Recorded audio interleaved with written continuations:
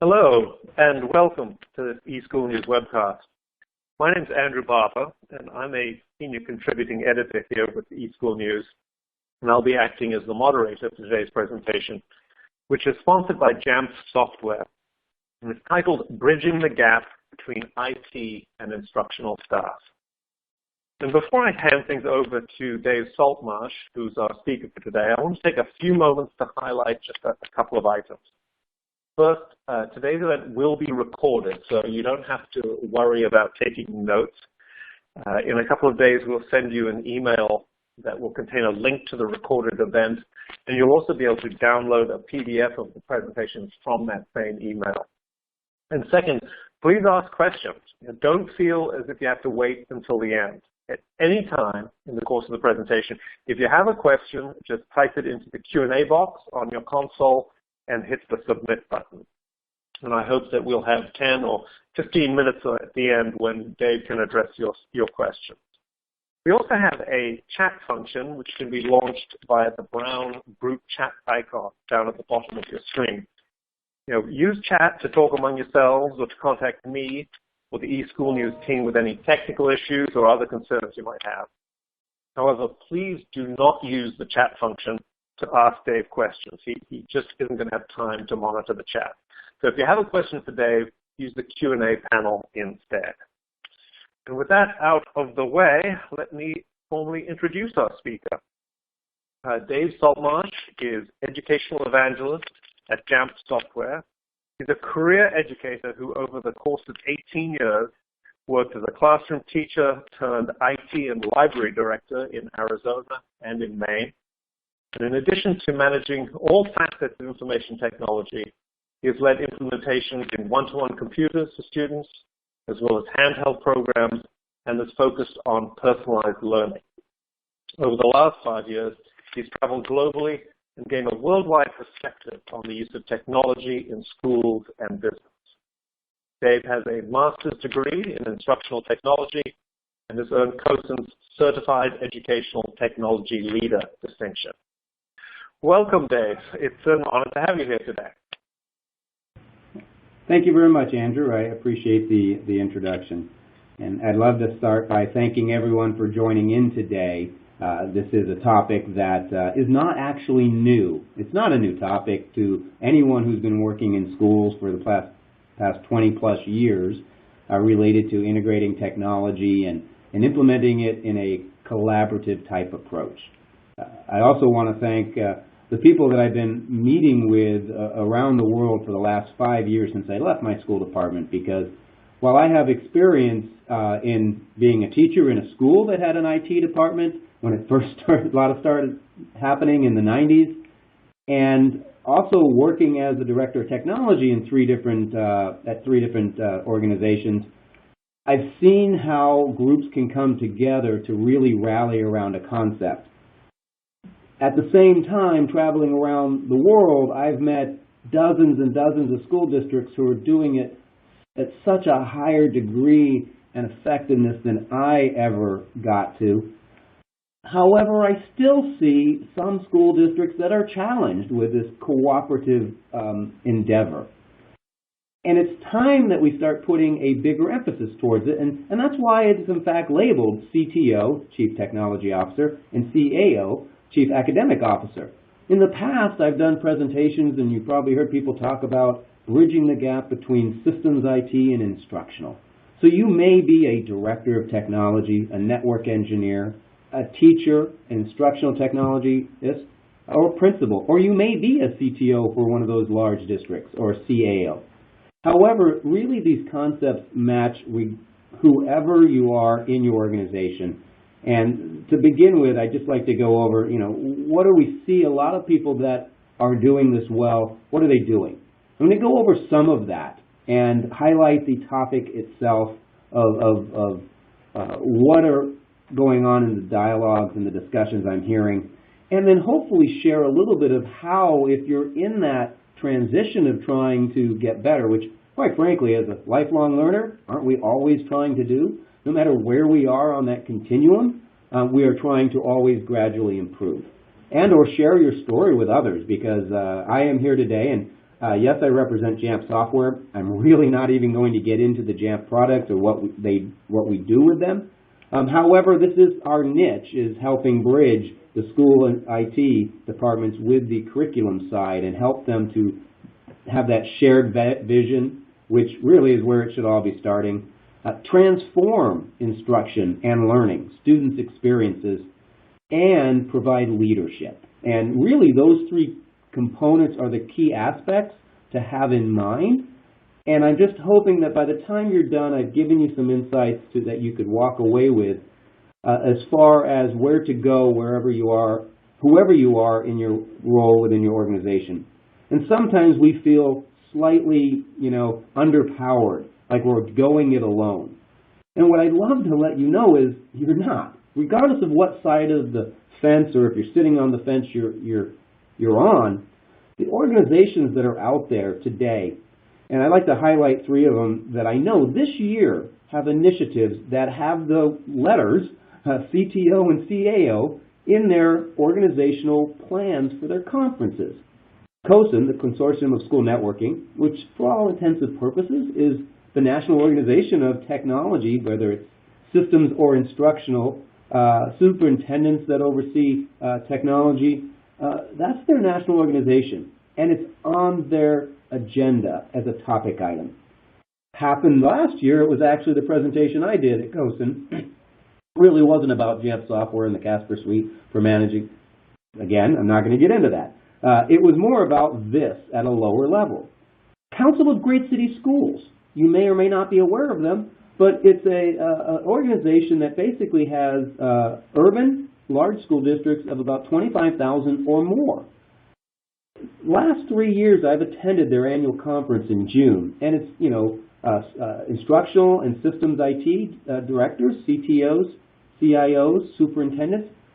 Well, this year, and I do want to mention, it's been a topic at all of the big roundtables in the last 2 years there, is how do we do this? How can we improve this collaboration?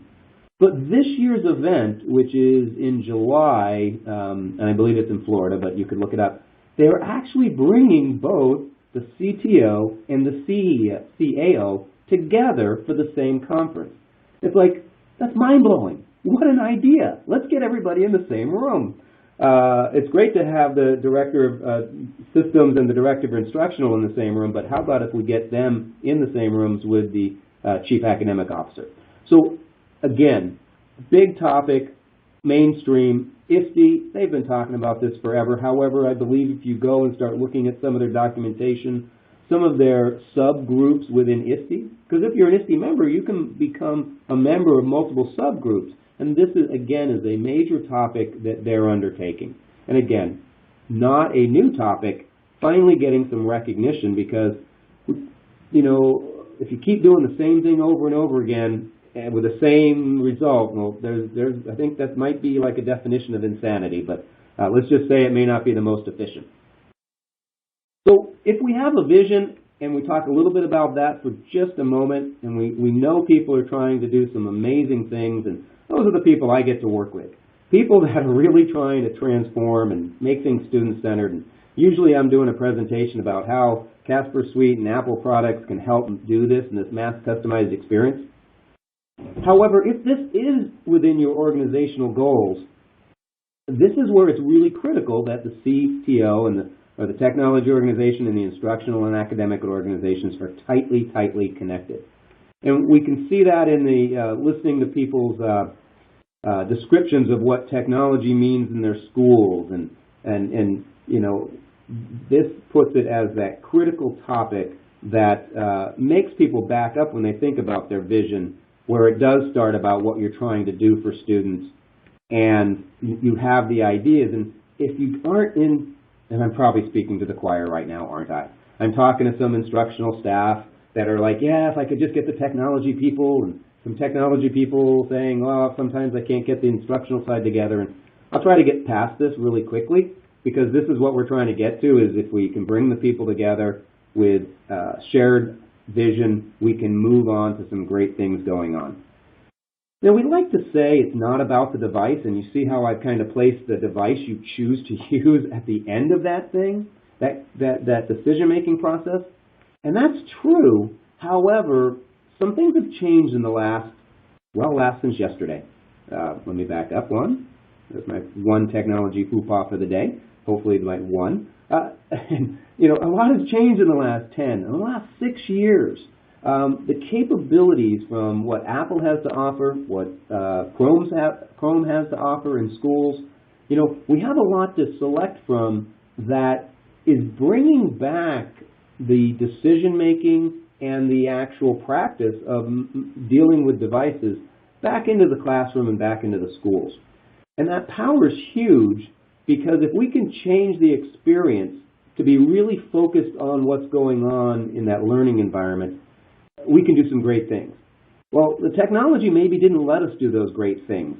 Having the ability to do changes to devices hands-free before you open them out of a box even, at the moment they're purchased, and changing settings on the fly, this is what now really more than ever has suggested that we need to be working collaboratively up front and throughout as an ongoing process. And that doesn't matter if your district or your school is looking, because sometimes in a big district you have a one-to-one in one school and a shared use in another. Or maybe the same going on in the same school. Can you have it to where the practitioners have more say in what's going on a day-to-day basis?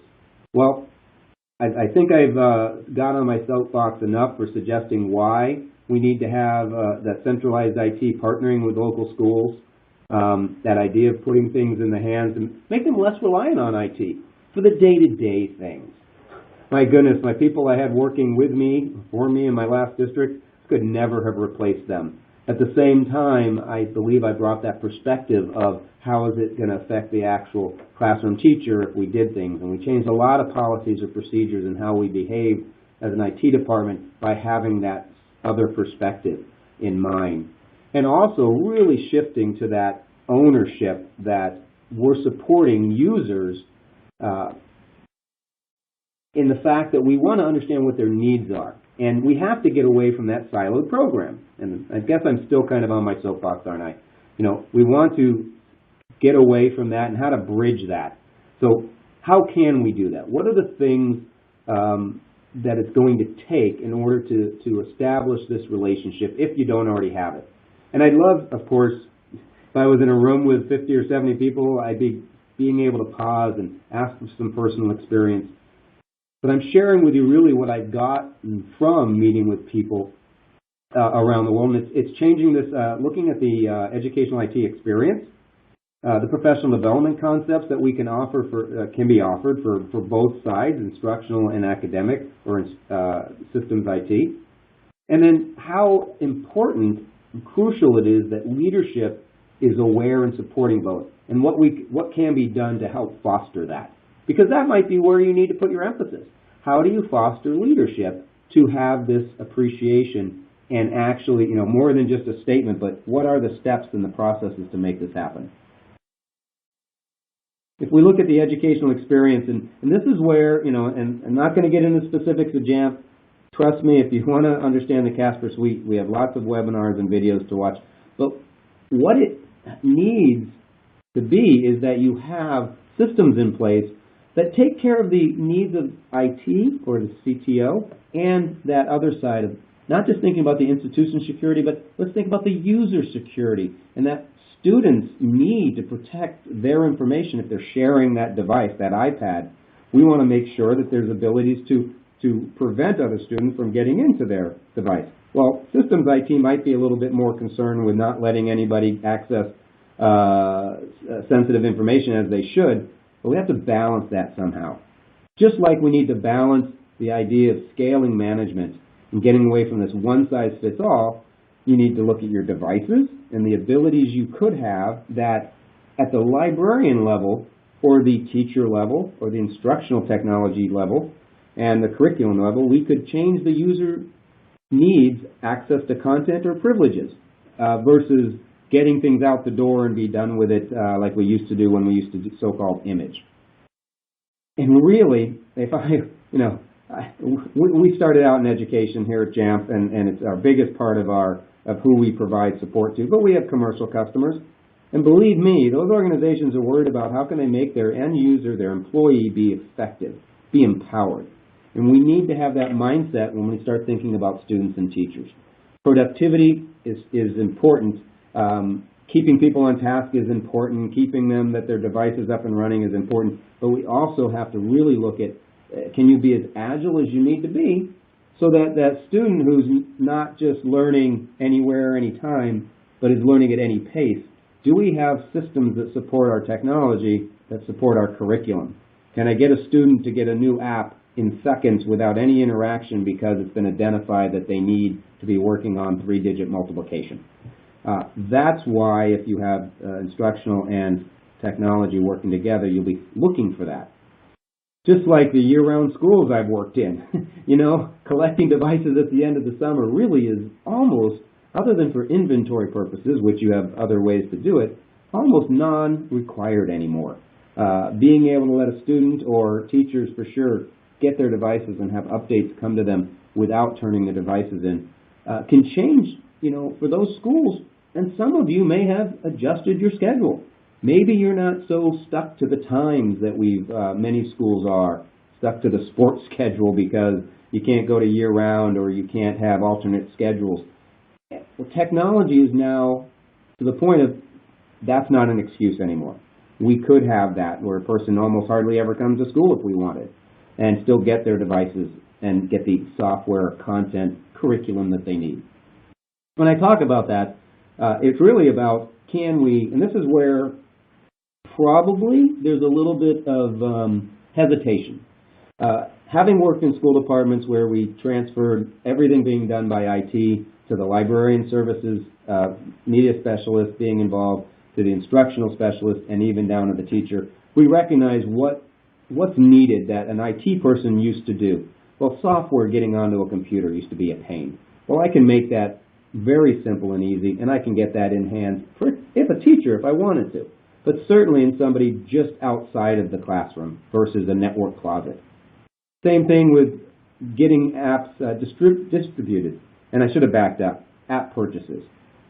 You know, should it be the IT person, and should I dedicate my IT resources to going out and buying apps, or wasn't that something the special ed department used to do on their own, or the math department? Or if you're an academic director, don't you want to maybe have say in which apps you're purchasing with your budget? Well, that's the kind of thing that can be done today, whereas somebody else may say it has to be in the hands of technology. And I want to now go forward to the app distribution.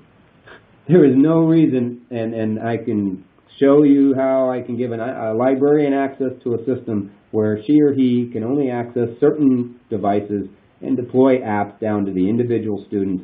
And since they're the ones in the 60s who started out with educational technology, microfilm and everything else we've ever had from big old laser discs, media, why not look at transitioning them back? Well, first you have to have the desire, but you do have to have the technology that will facilitate it.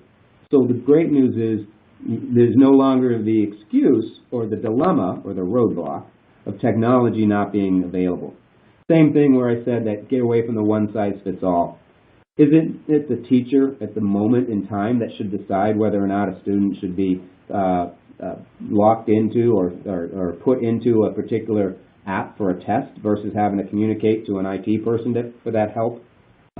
Changing 3 or 4 students and saying they no longer have the camera because they've misbehaved or whatever, and having that at the hands of somebody really close to the classroom, that's the kind of thing that if you are working together, the technology is there now. So again, that idea we've eliminated that roadblock. And maybe there wasn't a good reason to collaborate because you couldn't do these things and it all had to be at a higher level, more of a very seen to be complicated process. And that last part I'll mention is the classroom management. And I can't help having watched the announcement by Apple yesterday about their new classroom tool. Jamf has had a classroom management tool for iPads for teachers for 3 years. That just proves it highlights our desire to help bridge this gap. We're not trying to dump everything off on and make things complicated. but we do have to look at a teacher's needs almost first when we're building out and thinking about this collaboration. I know the curriculum folks are thinking that. We want to make sure IT are thinking that too. So perhaps I could get a little bit more into what it's going to take. And certainly, I'm fostering this idea of a collaborative team approach. Nobody likes a single point of failure, and that's where I kind of mentioned that idea of if you have systems in place where only one person can buy apps, well, they're the master of the universe. If you have a system in place where you can have multiple people, in iOS terms it's called tokens, where multiple people can be purchasing for the organization based on their budget, then that means you don't have a single point of failure. Same thing as if you've trained your librarians. If I've also put some tools out in the hands of classroom teachers, here I've gone again. I've extended that approach that doesn't put everything into one department or one organization's area to do. And it goes both ways also. So before I go into a little bit of how I think I can help you with, if you're not seeing this, where can you go? I'll just kind of overview of what I just kind of went over. While we don't want it to be about the device, we do need to know that there are transforming IT practices that are now available to schools and organizations that can allow us to get to this classroom transformation. And again, maybe there wasn't a need for the collaboration in the past, but today there's absolutely not only the need, there's the ability to have it. However, it will absolutely take the last part of what I mentioned. We've got the vision, we've got the desire, we have the capabilities to do it. Now we need to talk about the leadership side of it. And how can we foster that leadership? Well, I mentioned the three organizations in the beginning that are focused on the CTO and CAO collaboration. Certainly going to those kind of conferences are really good. But I have to admit, having been a member of COSIN for probably 15 years back to when I was in the school department, and having looked for years to try to foster this, as I mentioned, it's not a new topic. I've seen a school department where when I was leaving, I tried to get when I first entered that school department, my manager was the facilities purchaser or something. Within days, I reported to the superintendent. Within a week of being in the school department, I actually went to the senior leadership team meetings. Prior to that, nobody in technology ever did. The next school department, I actually showed up and went to the meetings because the last person did, and I found out the main reason they had the director of technology go was so that he could set up his Mac as a hotspot for Wi-Fi. Well, before you know it, we're fully invested and fully within that organization.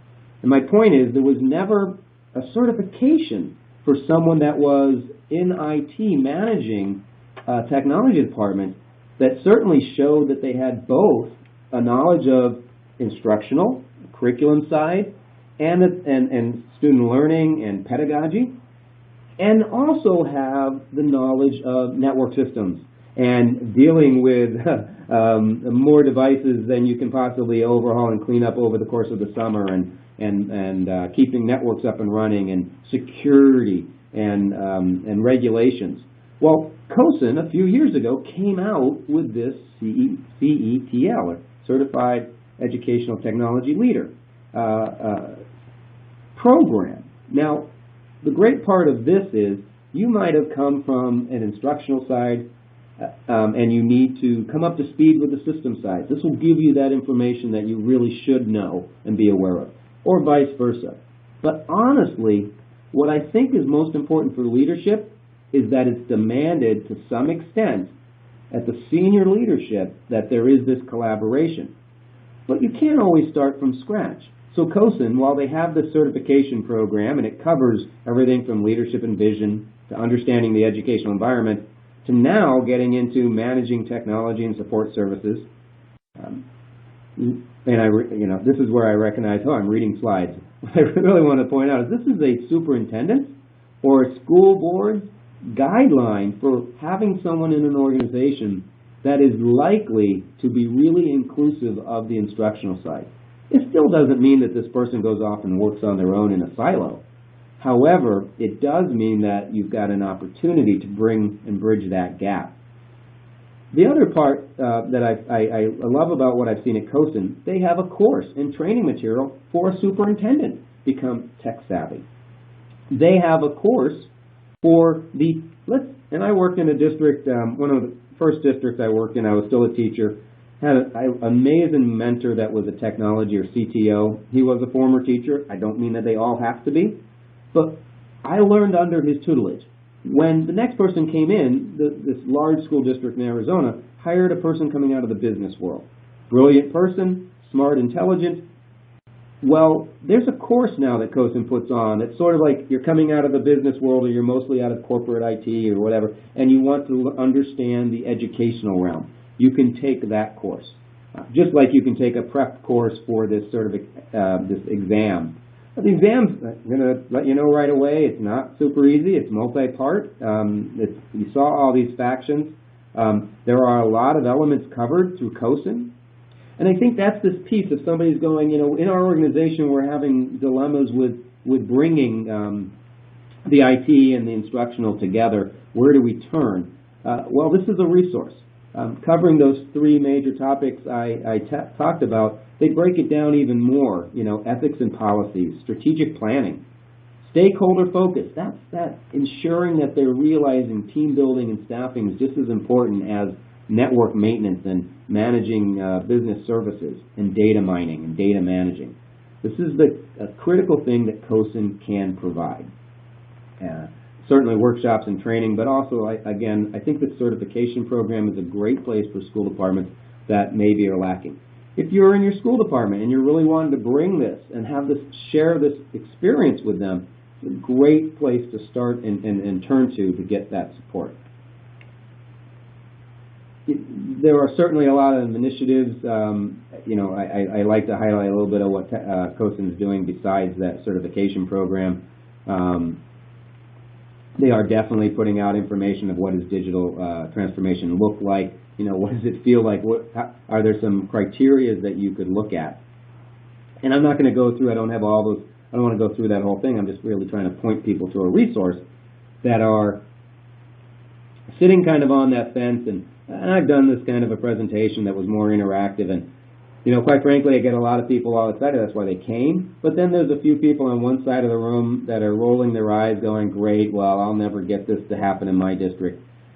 And then I have the other person on the other side, technology kind of crosses their hands and go, yeah, if I could only get this done.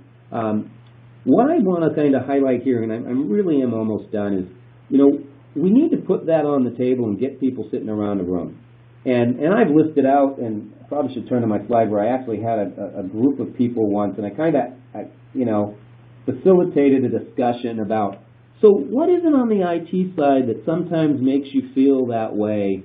And, as a director of technology, even though I was a teacher for years, having that person look at me in the face and go, well, I'm going to retire in 3 to 4 years. That didn't make me feel really good about, that sometimes you run into, now, I'm talking about why does maybe an IT person be hesitant thinking it's not going to work too much in their school. There's a small percentage of teachers that might have that attitude. You might have some tech-phobic people. Well, looking at their needs is what I'm trying to, meeting their needs instead of the high achiever might be the way that helps you in your district. Excuse me for just a second because I want to bring up that list that I gained from some people. The lack of empathy, honestly, I'm looking at my list. That came up on both sides.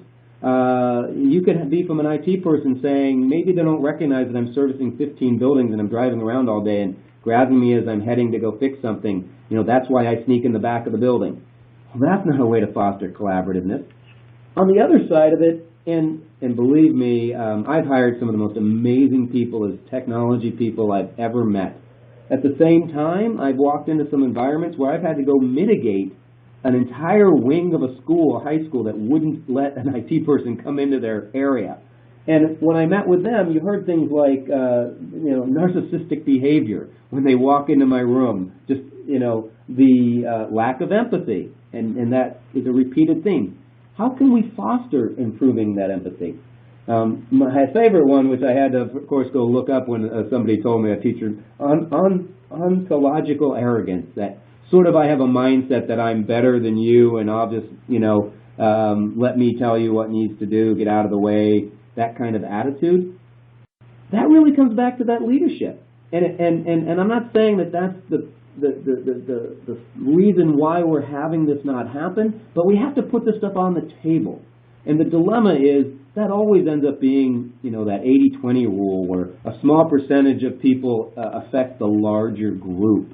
And however, we do need to bring those out. I think some of the training and the material that COSN gets into, or what I'm hearing at Council of Great City Schools, along the same lines. And the last little thing I'm going to pull up from a COSN, because I highly encourage you to go ahead and look at their site at some of the stuff they have. They have this changing role of a systems IT person. And it starts right off with IT becomes a service organization, not a compliance organization. And it really is this shift or mindset. And I don't want to say even this isn't a change, because I left my classroom to foster this into 1998. Okay, it's been a few years. That was my passion to do this. And people still have this passion in schools. And we have to jump on it now while it's a hot topic, perhaps. But let's get past the, we'll never get it done thing and take ownership of it. At Jamf Software, we have a vision or a vision statement, and it doesn't say we want to support systems IT people with their use of Apple products. It doesn't say we're here to help technology people. It says we're here to help organizations succeed with Apple. Now, we are an Apple-only organization, and it doesn't matter to me what you're using right now, but the premise is you're here to listen to what the organization has. And that's the role of IT. It's the role of Chief Technology Officer. I probably was a little bit of a soapbox on this. I hope I gave you some ideas to look at if you're struggling. And then again, if you're successful, I would love to hear your story. I think you should be shouting it from the rooftops. I know some schools that are doing it. At Jamf, we don't talk about our customers. But I was at a district last week, and I got to tell you, they're a national leader on the instructional academic side. But for the last 2 years, I haven't been able to get in because the systems IT people actually blocked them, and it was sort of embarrassing. Well, last week I actually got to go have a meeting with the superintendent, the instructional academic team, and the new director of systems technology, the CTO, the CIO, and it was liberating to see the change they're doing. But I could also rattle off some large districts that I know that they travel in packs. They travel together as an organization. So certainly could share those stories with you. Would love to hear some of your stories. If go to these places and scream from the rooftop what you're doing, but also seek guidance if you're struggling. Don't accept it. So thank you very much for letting me present to you today, or if you're listening to this, always looking to try to improve, and don't take this on as a negative side. It's more of that gradual, continual improvement. Thank you very much. Andrew, back to you. Yeah, well, thank you so much, Dave, for really a tremendously interesting presentation. And we do have some questions coming in for people with follow-ups for you, and we have some time to take those. So a couple of are technical. The first one talks about Jamf software and the Casper suite. Does it only support iOS, or does it support a broader range of operating systems? So first of all, well, it does. Sorry, I laugh because I get it all the time. Jamf software, the Casper suite, has been supporting Apple products for about 14 plus years. So we primarily started out as an Apple management system, and so now, and of course we do iOS. So the easiest thing it is Apple. So for that clarification, Apple iPads, iPhones, Apple TVs, Mac computers, laptops, We do have a very limited, what we call a BYOD solution. It's really, you know, again, if you're trying to be one thing for everybody, we have a very minimal solution for other platforms, but at our heart, it is all about Apple and trying to do the best we can with it. Okay, great. Thank you for clarifying that. Now, during your presentation, you did point people to various courses that they could take at TOSIN and some of the other organizations like ISTE. Does Jamf Software itself offer any additional training to help forge those partnerships between IT and instructional staff?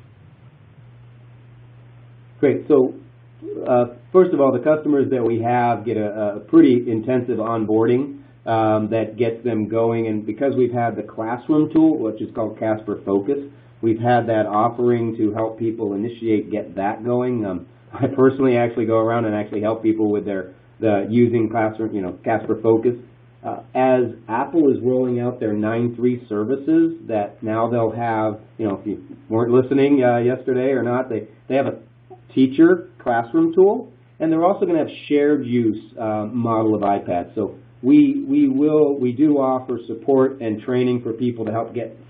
We offer certification courses for our entire product range for various levels. So a lot of time a librarian or instructional technologist will take our lowest level certification course, but as far as other things, we also offer some training that way. A big part of us, because we offer personalized support, is we have a lot of online videos and tutorials for people. So I guess the answer is yes, and it kind of caters, it's almost catered down to that individual need of a school department. But definitely in the implementation of the Apple services all the way into the classroom. Okay, terrific. Right, I just one other question which came up was, you know, you mentioned how important it was coming back to that training and these courses that people can take to become familiar with the technology.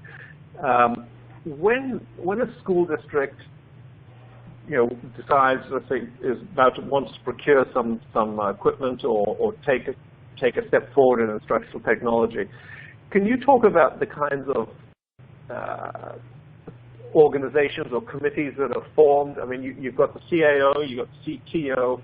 Do you see situations where they're co-chairs, where one takes the lead? Have you seen a lot of different formats and how they work together? Is it important that one have the lead and the other support? Can you talk a little bit about that? Sure, I can, and I have to admit, getting into that, usually right now what I'm finding is that the desire or interest is waning or lacking, and this is kind of the intent of this, is to get that. But absolutely, a lot of the larger organizations that we're working with have an assistant superintendent overseeing technology, and they will often bring that and bring those others in, that it's a collaborative below that. Every organization has a slightly different org chart. However, having been a technology committee, you know, and this is where COSIN gets into, and they talk about having this shared stakeholder role. It isn't so much as who's the head of that chair, it's whether they have the right leadership skills of having that inclusive empathy for the other groups and making sure that it's there. So I have seen a variety of people. Often it is led by, and again, it depends if you have systems and instructional IT under one realm, that person is working with, you know, is it an academic counselor? Who is the academic person? They usually bring in, you know, it's sort of like they want to bring in people as needed and not have everybody come to all the meetings. I guess I've seen such a variety that it's more about I'm backing up to what are the attitudes that are required for it to happen. And I've seen all types of leadership people in the room, that one size isn't going to fit anybody. It really is the attitude at the highest level, inclusive, and not that ontological arrogance, and that is purposely seeking diversity and including people of opposite opinions. You know, we hear a lot about people, you know, if I have an idea, I'll go find the validation and I'll just get the people around me that agree. it takes whoever it is running that team to have that opposite attitude. And that's more important than is it co-chaired or who chairs it.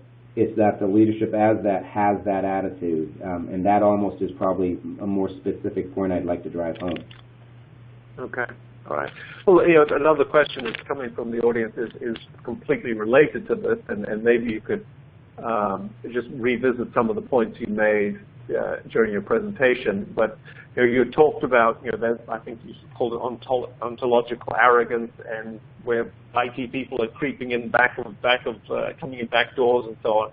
And there's obviously a concern among some members of the audience about this relationship between IT and curriculum instruction, and how you ease that integration. I mean, how you even break down those initial, that initial resistance to get where you see, where you need to go. I mean, can you talk a little bit more again about the strategies for breaking down that whatever walls have been built up in the past?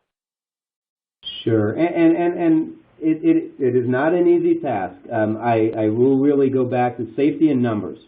And if there's one thing I found is when I joined COSIN and I started going to those, I found out that that's what everybody there was trying to accomplish. And they were coming from both sides. And they were working through trying to figure that out. And so one of the things is get yourself out of being isolated, that you're not the only one that wants to accomplish this. And it could be providing taking that flyer and forwarding this possible course onto a superintendent. That's the kind of thing, because if the leadership isn't driving it, we can work on it. I mean, quite frankly, I sent a person that worked for me, and I had 25 people in the school department who worked for me, but I sent one of them to how to be more customer service orientated. And of course he came back, that was the stupidest thing I ever knew. And it was, well, you know what, sometimes empathy is one of those things that, I hate to say it, that at a certain age of maturity, it's set. That's why leadership's important. For me, and I know it's going to take leadership having these qualities when they hire people. I'm 52 years old and excited to work for a startup tech company that actually has a process that hires people that goes through their personalities and makes sure that these are the empathy and all these things are not just lip service. We need to start doing that when we hire a curriculum coordinator. Better not tell me she or he, well, I'm not very good with technology. A technology person, better be, willing and open to be inclusive of other people's thoughts. So it starts at leadership, and I think we need to fix this, we need to look back at our hiring practices. Now, if you're already there, it's that subtlety. There is also the notion, and I'd love to mention this because, I support teachers, and I believe that technology, one of the things I've been immersed with the Apple stuff side is meeting that middle group of teachers' needs. So if you're talking about how do I get teachers on board, then there's this other strategy, and that is not going to the high-charging early adopter and listening to what they have to say every day and then trying to apply that to the middle, but targeting the middle. What do I need to do to support you in your transition? Maybe on the technology side, that's the same place you go. You go to that middle. What can I do to help you in that transition? And I used to have my technology group my technology service department had a book group. So yes, having them included in professional development in an organization that includes a book about 7 habits of highly successful people, getting things done. Believe it or not, what is the Carnegie's book? Having books, and somebody, what's the practical things we've done in our districts to try to foster this? Actually having meetings where you bring in and start having that, because I've seen it. I've brought 3 districts together and brought their library services in with their technology, and there was resistance. Trust and rapport takes time, and it takes practice. So have patience with teachers, have patience with IT staff, but put some things to foster that change gradually. And maybe it took me 5 minutes, but I think I got to that. Look for the little things for gradual progress to build that rapport and empathy. And don't expect overnight. Do not expect everyone to have overnight changes, teachers or IT. Okay. Well, you got to watch it when you ask me a question, Andrew.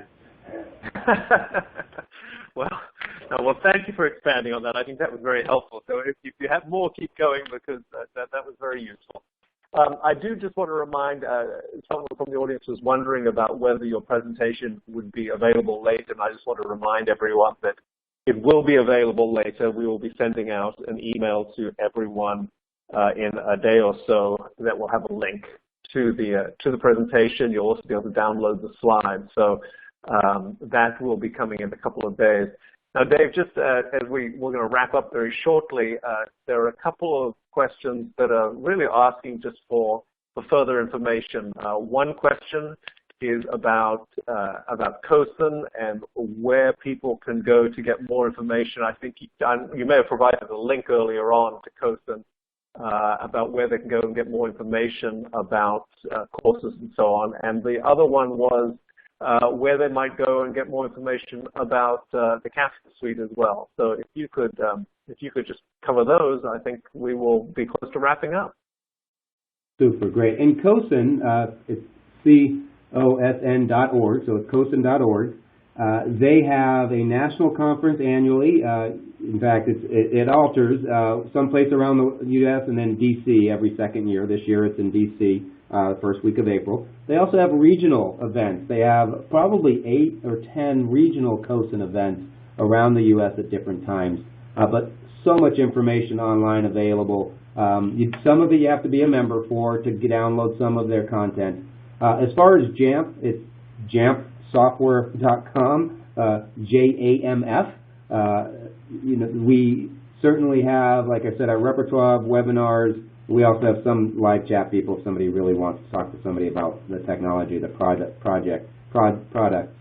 And myself is Dave Saltmarsh. The idea of the educational side, my role is I usually meet with our customers and talk about how to improve this and bridge this together. So if you're a customer of Jamf Software, dave.saltmarsh@jamfsoftware.com. That is one of the things I do, and I go around the world meeting our customers and learning where they are and helping them on a continuum, because they're all at different stages. And so please consider me as a resource for that. And if you're not a Jamf customer, I'm still a friendly guy, so I can still work with you and talk to you about it. So thank you, Andrew. All right. Well, thanks so much, Dave. We're at the 47-minute mark, and I think people are very busy. We'll let them go at this point. I just want to thank you again, Dave, for a truly excellent presentation, and I want to thank Jamf for its support today. As Dave said, if you have follow-up questions, by all means reach out to Dave or to Jamf Software directly, and they will answer any further questions you may have. And then one final reminder before we all say goodbye today, we will be sending out that email in a day or so that will give you a link to the recording of the webinar. So thank you all for attending, and thank you, Dave, again. And this concludes today's webcast. Goodbye.